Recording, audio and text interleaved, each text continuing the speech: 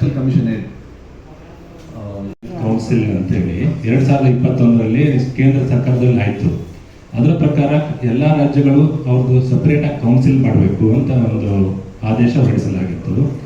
ಈಗ ಕರ್ನಾಟಕದಲ್ಲಿ ಓದಿರೋ MP medical laboratory technology, physiotherapy, ಇದೇನು ಪ್ಯಾರಾಮೆಡಿಕಲ್ ಅಥವಾ ಅಲೈಡ್ ಹೆಲ್ತ್ ಕೋರ್ಸಸ್ಗೆ ಕೌನ್ಸಿಲ್ ಇರಲಿಲ್ಲ.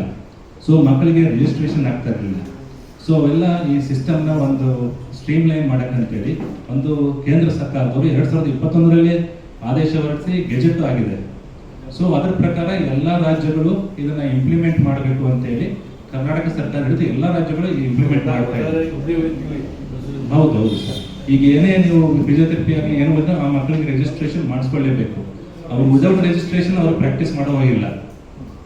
ಸೊ ಇದರಿಂದ ಈಗ ನಕಲಿ ವೈದ್ಯರು, ನಕಲಿ ಇದು ಅಂತ ಏನು ಹಾವಳಿ ಇರ್ತಾ ಇತ್ತು, ಇದರಿಂದ ಏನು ನಕಲಿ ಆಗಿ ಏನಾದ್ರು ಪ್ರಾಕ್ಟೀಸ್ ಮಾಡದೇ ಇದ್ರೆ ಇದನ್ನೆಲ್ಲ ನಾವು ಕಂಟ್ರೋಲ್ ತರಬಹುದು. ಕೌನ್ಸಿಲ್ ಸ್ಟಾರ್ಟ್ ಆದ್ಮೇಲೆ ಇದು ರಿಜಿಸ್ಟ್ರೇಷನ್ ಸ್ಟಾರ್ಟ್ ಆಗುತ್ತೆ. ಸೊ ಅವ್ರ ಹತ್ರ ಪ್ರಮಾಣ ಪತ್ರ ಇರುತ್ತೆ, that is a registered practitioner, he is allowed to practice. In the state, as a state health commission for allied courses, it's very clear. Again,